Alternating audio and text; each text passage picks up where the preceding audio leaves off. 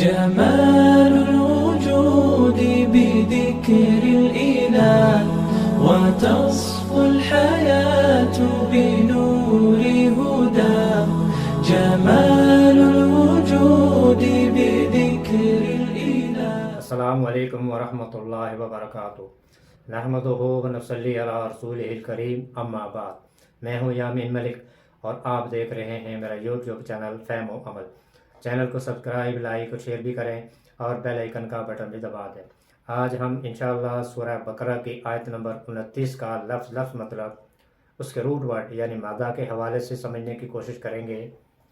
ہوا وہی ہے، الذی وہ جس نے خلق لام کاف خلق پیدا کرنا، لکم یہ دو لفظ ہیں، لمزب اللہ لیے، کم تمہارے لیے، ما جو کچھ، فی میں، الارض حمزہ را ضاد ارض زمین، جمیع جیم میم آئیں جمع سب کا سب، یہ اس کا روٹ ورڈ ہے. ثم پھر، استوا سین واو یا سوا متوجہ ہونا، الا طرف، السما سین میم واو سمو آسمان، فسواہن یہ تین لفظ ہیں، فاض برفا پس، سوا سین واو یا سوا درست کرنا، ہونا یہ اسم اشارہ ہے آسمانوں کی طرف، ان کو، سبع عربی میں سبع سات کو کہتے ہیں، سماوات سین میم واو سمو آسمان، واضبروا اور ہوا وہ، بکلی دو لفظ ہیں بازربی ساتھ، کل ہر، شیئن شین یا حمزہ شیء چیز، علیم عین لام میم علم جاننا، هو الذی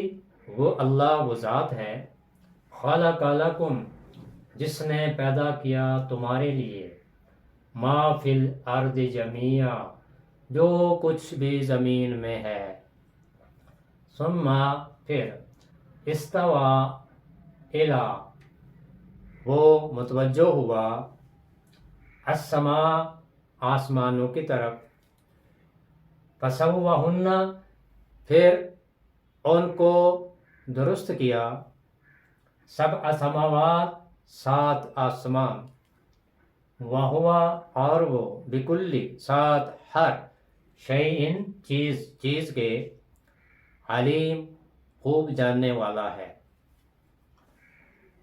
خلق خا لام کا خلق کا مطلب ہوتا ہے پیدا کرنا، کسی چیز کو اندازے اور پیمانے کے مطابق بنانا، کاٹنا یا اندازہ لگانا، مختلف عناصر کو نئی ترکیب دے کر ان سے کوئی دوسری چیز پیدا کرنا، یہ خلق کہلاتا ہے. اور اس کی سب سے بڑی مثال خود انسان ہے. اللہ تعالیٰ نے فرمایا، خلق الانسان من نطفہ، انسان کی پیدائش ایک نطفے سے کی. اللہ تعالیٰ نے ماں کے رحم میں ایک حقیر گندے پانی کے قطرے سے انسان کی پیدائش کی ابتدا کی، اور پھر 9 ماہ تک ماں کے پیٹ میں اس نطفہ کو مختلف مراحل سے گزار کر مکمل انسانی شکل دی، اور پھر روح اور جسم کے ساتھ انسان کو پیدا کیا. یہ ہے خلقہ، یعنی ایک چھوٹا سا نطفہ، حقیر گندے پانی کا قطرہ، اس سے اللہ تعالیٰ نے مختلف مراحل سے گزار کر انسان کو مکمل انسانی شکل دی اور روح اور جسم کے ساتھ اس کو پیدا کیا. یہ ہے خلقہ، پیدا کرنا. جمیع جیم میم آئیں جمع کرنا، مختلف چیزوں کو ایک دوسرے سے قریب لا کر ملا دینا، یہ ہے جمع کرنا. اسی سے اجتماع ہے. اکٹھا کرنا۔ جماعت کو بھی جماعت اس لیے کہتے ہیں کہ بہت سے لوگوں کا مجموعہ ہوتا ہے، بہت سے لوگ اکٹھے ہوتے ہیں۔ اور فرض نماز یا نماز جمعہ کو بھی اس لیے جماعت کہتے ہیں کہ وہاں بہت سے لوگ آ کر جمع ہوتے ہیں اور باجماعت نماز ادا کرتے ہیں۔ اسی سے پھر اجماع علی بھی ہے۔ اجماع کہتے ہیں کسی بات پر سب لوگوں کا متفق ہو جانا، اس کو اجماع کہتے ہیں۔ استوا، سین واو یا سوا، برابر۔ اور یہ برابری دو طرح کی ہوتی ہے، حالت کی اور مقدار کی برابری۔ اور حالت کی برابری کی مثال وہ آیت ہم لے سکتے ہیں، اس کے علاوہ بھی بہت سی مثالیں ہیں۔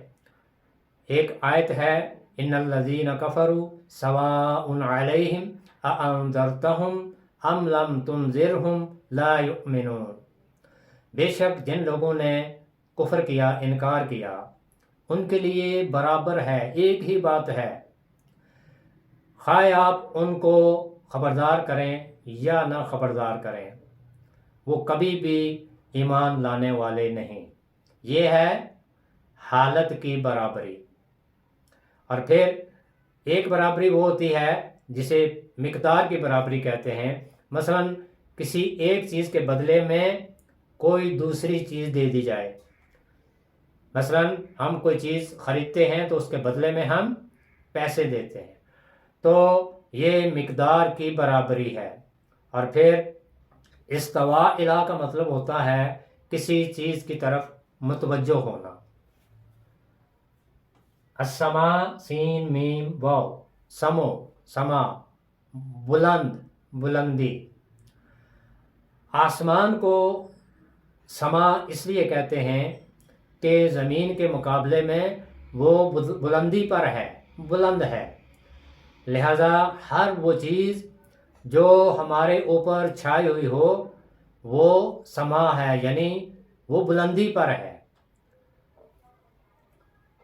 شعین، شین حمزہ، شین یا حمزہ، شین یا حمزہ، شعین، ارادہ کرنا، چاہنا۔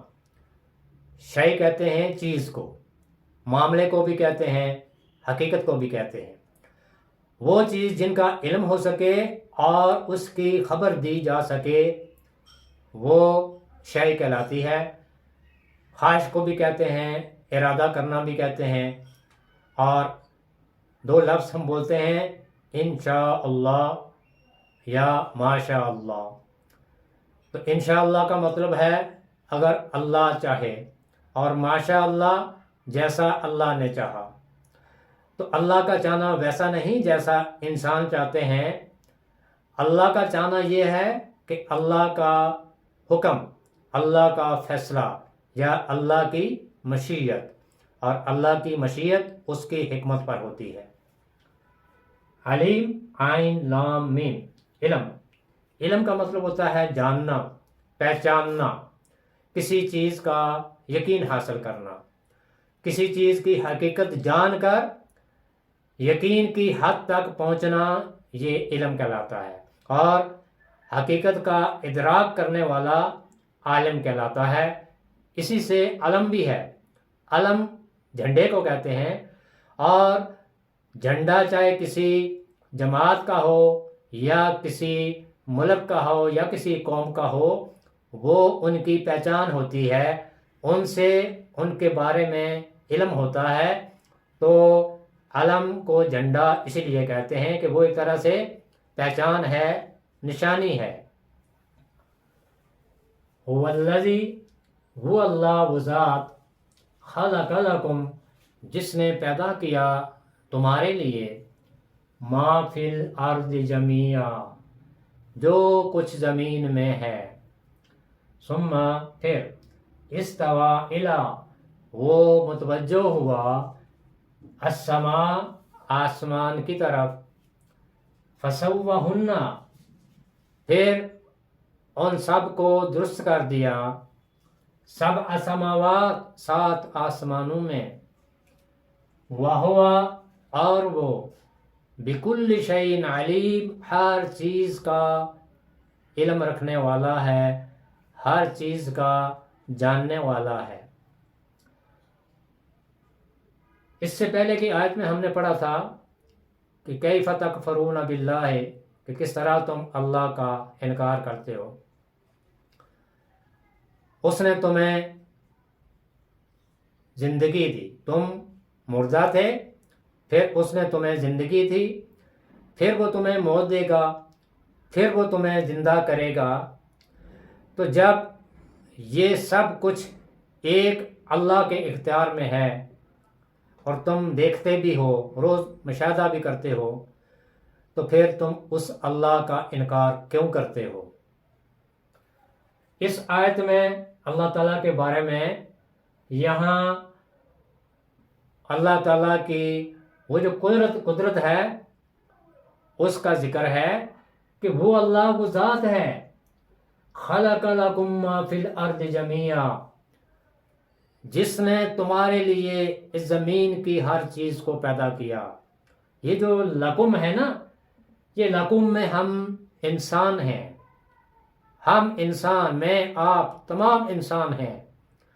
اللہ تعالیٰ نے اس زمین میں جو کچھ بھی پیدا کیا وہ ہم انسانوں کے لیے پیدا کیا ہے۔ نبی کریم صلی اللہ علیہ وآلہ وسلم کی حدیث ہے، ان الدنیا خلقت لکم، یہ جو دنیا ہے یہ بے شک تمہارے لیے پیدا کی گئی ہے، وانتم خلقتم للآخرہ، اور تم آخرت کے لیے پیدا کیے گئے ہو۔ یعنی یہ دنیا ہمارے لیے پیدا کی ہے اللہ نے، اور ہم آخرت کے لیے پیدا کیے گئے ہیں۔ تو اس کا مطلب یہ ہے کہ یہ جو دنیا ہے، اس دنیا کی ہر چیز، ہر نعمت اللہ تعالیٰ نے ہم انسانوں کے لیے پیدا کی ہے، ہر چیز کو ہمارے لیے مسخر کیا ہے، اور ہر چیز سے، ہر نعمت سے ہم فائدہ اٹھاتے ہیں۔ لیکن ان تمام چیزوں سے جب ہم فائدہ اٹھائیں گے تو پھر ہمیں اس کا جواب بھی دینا ہوگا، اور اس کے لیے اللہ تعالیٰ نے آخرت رکھی ہے۔ لہذا ہم آخرت کے لیے پیدا کیے گئے ہیں، ہمیں آخرت میں جا کے اس دنیا کی ہر نعمت کا جواب دینا ہے۔ اور پھر اللہ تعالیٰ نے صرف یہی چھوٹی چھوٹی چیزیں ہی نہیں پیدا کی، بلکہ اس نے آسمان بھی پیدا کیے، اور ایک آسمان نہیں، 7 آسمان۔ ہمیں تو ایک آسمان نظر آتا ہے، لیکن اللہ تعالیٰ نے تمام انسانوں کو یہ باور کرا دیا ہے کہ ایک آسمان ہی نہیں ہے بلکہ ایسے 7 آسمان ہیں، تمہیں تو ایک ہی آسمان نظر آتا ہے۔ تو اللہ تعالیٰ کی قدرت میں اس سے بھی بڑی بڑی چیزیں ہیں جو تمہیں نظر نہیں آتی، ستاروں سے آگے جہاں اور بھی ہیں۔ یہ جو ہمیں ایک آسمان نظر آ رہا ہے تو اس کے علاوہ بھی آسمان ہیں، اور وہ ہر چیز کے بارے میں علم رکھتا ہے، جانتا ہے۔ تو جب یہ تمام کچھ ہمارے سامنے واضح ہے کہ اس رب نے زمین و آسمان کو پیدا کیا، کائنات کی ہر چیز کو پیدا کیا، پھر زمین کی ہر چیز انسانوں کے لیے پیدا کی، اور انسان اس سے فائدہ اٹھاتا ہے، پھر اس زمین کے اوپر ایک چھت بنائی جس کے نیچے کوئی ستون نہیں ہے، بغیر ستونوں کے آسمان کو بنایا۔ وہ ہر چیز کا جاننے والا ہے، تو پھر اس اللہ کا انکار کیوں کرتے ہو؟ پھر اس اللہ کے آگے جس نے یہ سب کچھ پیدا کیا ہے، جو ہمارا پیدا کرنے والا ہے، مالک ہے، خالق ہے، جو ہماری نشو و نما کرنے والا ہے، ہمیں اسی کے آگے جھکنا ہے، اسی کے احکامات کو ماننا ہے، اور اسی کی عبادت کرنی ہے۔ وہ ہر چیز کا علم رکھتا ہے، وہ جانتا ہے کہ کون سی چیز کس کے لیے پیدا کی ہے۔ لیکن جب ہمارے لیے اللہ نے اس زمین کی ہر چیز کو پیدا کیا ہے تو اس زمین کی ہر چیز کا حساب بھی لے گا، کون سی نعمت کہاں پہ استعمال کی اور کون سی نعمت سے فائدہ اٹھا کے تم نے اللہ کا شکر ادا کیا یا نہیں، اس کے آگے جھکے یا نہیں۔ تو اللہ تعالیٰ اس آیت میں اپنے ان احسانات کو اجاگر کر رہے ہیں، انسانوں کو یہ بات سمجھا رہے ہیں کہ یہ سب کچھ میں نے تمہارے لیے پیدا کیا ہے اور یہ سب کچھ میں نے پیدا کیا ہے، ان کو پیدا کرنے والا میں ہوں، لہذا جس نے پیدا کیا ہے اسی کی عبادت کرو، اسی کے آگے جھکو اور اسی کے احکامات کی پیروی کرو۔ اللہ تعالیٰ مجھے بھی اور آپ کو بھی قرآن کی آیات کو سمجھ کر ان پر عمل کرنے اور ان کو دوسروں تک پہنچانے کی توفیق عطا فرمائے۔ سبحانک اللہم و بحمدک نشہد ان لا الہ الا انت نستغفرک و نتوب الیک۔ السلام علیکم ورحمۃ اللہ وبرکاتہ۔